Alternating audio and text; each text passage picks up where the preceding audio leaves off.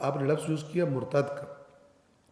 مرتد ہم اسے کہتے ہیں کہ جو ہم مشہور ہے، جو یعنی فقہی ظاہری طور پر کہ جو خود کہے میں دین سے جا رہا ہوں، یہ ان کی بات نہیں ہو رہی. یہ تو وہ رہے جن کو دین کے نام پہ کسی اور طرف لگا دیا، ٹھیک ہے نا. یعنی وہ سمجھ رہے ہیں ہم دین پہ چل رہے ہیں، لیکن خود بھی مائل تھے بے ایمانیوں کی طرف، تو ان کو آسان راستہ بتایا جاتا ہے، اس پہ لگ جاتے ہیں تو اصلی دین کو چھوڑ دیتے ہیں. ان کو ہم مرتد نہیں کہتے، گمراہ کہتے ہیں، ٹھیک ہے نا. جو تحریف شدہ دین کے نام پر کسی اور چیز کو وہ فالو کر رہے ہوتے ہیں. جی بالکل یہ سوال ہے کہ ان کا راستہ زیادہ مشکل کیوں بنسبت ان کے کہ جو کچھ بھی نہیں جانتے؟ اس لیے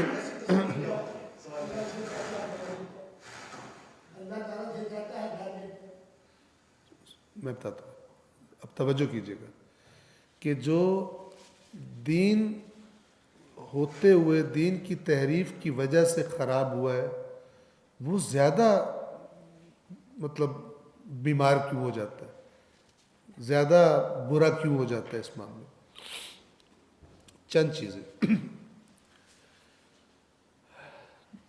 ایک چیز یہ ہے کہ جو تحریف شدہ باتیں اس کو بتائی گئی ہوتی ہیں، اس کی جنت، اس کی کامیابی انہی عقائد سے اٹیچ ہوتی ہے، اس کی جان نکلتی ہے ان کو چھوڑتے ہوئے، ٹھیک ہے. اس کو لگتا ہے میری تو جنت ہی گئی اگر یہ بات غلط ہوئی تو. ایک دوسرا، بد عملی سے جو دین کے نام پہ اس کو شارٹ کٹ بتائی گئی ہے، جو غیر ذمہ داری اللہ کی اطاعت نہ کرنے کا جو مزاج بن گیا ہے، ادھر دیکھتا ہے کہ اطاعت ہی اطاعت اور ذمہ داری ہے، تو بھی اس کا جی نہیں چاہتا. آپ کو پتہ ہے نا، سست لوگوں کا مزاج ایک اپنا ہوتا ہے، کام چوروں کا، اور جو ایکٹیو محنتی لوگ ہوتے ہیں اس کو پرابلم ہی نہیں ہوتی. لیکن جو کام چور ہوتے ہیں ان کو گھسیٹ کے لے جانا پڑتا ہے. اور تیسری خطرناک چیز، کافر کے پاس یعنی جو بے دین ہے، اس کے پاس اتنی دلیلیں نہیں ہوتی جتنی اس کے پاس ہوتی، ٹھیک ہے. مثلا مشرکین مکہ نے رسول پاک کو یہ نہیں کہنا کہ ہماری آسمانی کتاب میں یہ لکھا ہوا، حضرت موسیٰ نے ہمیں یہ کہا ہے.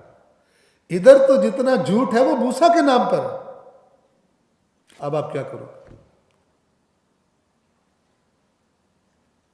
اور جتنی اسلام میں خرابی ہوئی ہے، یہ فرقہ وارانہ جو زیادہ اختلافات بڑھے ہیں آج، ٹھیک ہے، یہ اس جھوٹ کی وجہ سے ہے کہ جو اہل سنت کی حدیث کی کتابوں میں اور اہل تشیع کی حدیث کی کتابوں میں جو جھوٹ اور بکثرت جھوٹ، ماہرین جو علوم حدیث کے ماہرین ہیں اور کھل کے بولتے بھی ہیں، انہوں نے لکھا ہے اپنی اپنی جگہ پر کہ کتنا جھوٹ بولا گیا حدیثوں. اور اللہ تعالیٰ اپنی بہترین رحمتیں نازل فرمائے محمد و آل محمد پر کہ جو معیار دے کر گئے خدا کی کتاب کو دیکھے بغیر مت قبول کرنا. اور اللہ ان کی بھی ہدایت فرمائے کہ جن کو اتنی رہنمائی کی گئی اس کے باوجود پکے ہیں کہ اس کتاب کے نزدیک نہیں آنا. آپ سوچیں تو صحیح کتنا عجیب ہے یہ.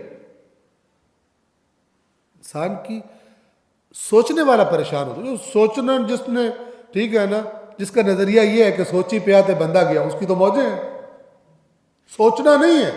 ابھی تو ایسے خطیب آ گئے ہیں لیٹسٹ ماڈل جو آ رہے ہیں، وہ کہتے ہیں سوچنا نہیں تو گمراہ ہو جاؤ گے، تحقیق نہیں کرنی گمراہ ہو جاؤ گے. سبحان اللہ.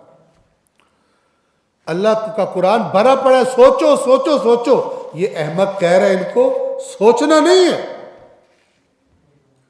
یعنی کیا کرنا ہے؟ یعنی جو میں لغویات بول رہا ہوں اس کو تم نے قبول کرنا اور مجھے پیمنٹ کرنی ہے اور اگلی بار پھر بلانا.